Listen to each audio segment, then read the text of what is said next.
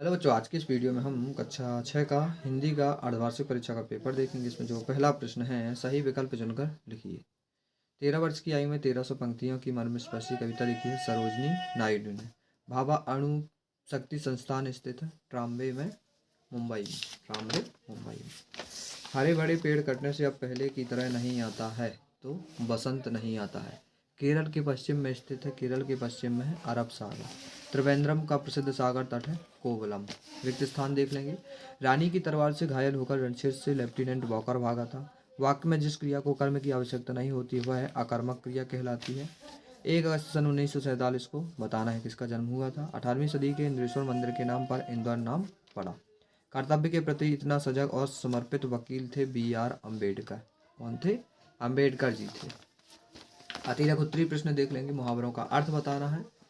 नाक में दम करना, परेशान करना। सीधे मुंह बात ना करना, किसी से डांट या प्रशंसा सुनकर भी सीधे मुंह बात ना करना।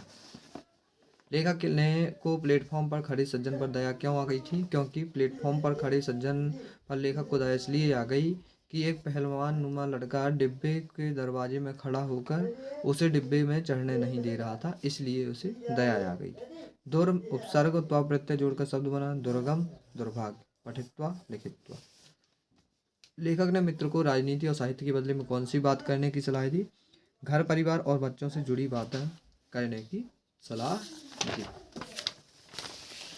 अगला है, कबीर ने किन दो बातों की सीख दी? अपने को परखो, दूसरों को नहीं। प्रेम ही सच्चा ज्ञान है। आसन किसे कहते हैं? ये देख लेंगे। स्थिर और सुखदायक स्थिति को आसन कहते हैं। इनके अर्थ बताना है। निर्निमेष, जो पलक ना गिरावे। दिलचस्प, जिसमें मन ना लगे। विषाद, दुख या उदासी। हड़ावना, किसी चीज को गायब करना। निपात, पतन या विनाश। सुभट, रणकुशल युद्ध। अंग्रेजों ने भारतीय राज्यों पर किस प्रकार अधिकार किया था? फूट डालो, शासन करो की नीति अपनाकर ही किया था। डॉक्टर भाभा की मृत्यु कैसे हुई थी?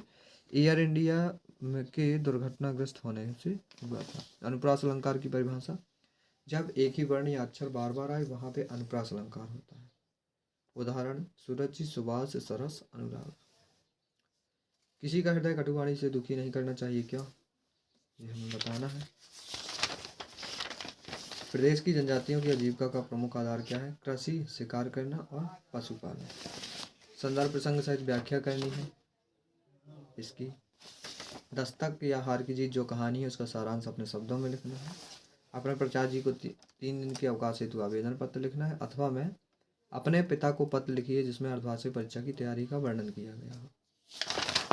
और ये है हमारा लास्ट प्रश्न। निबंध लिखना है किसी एक पे।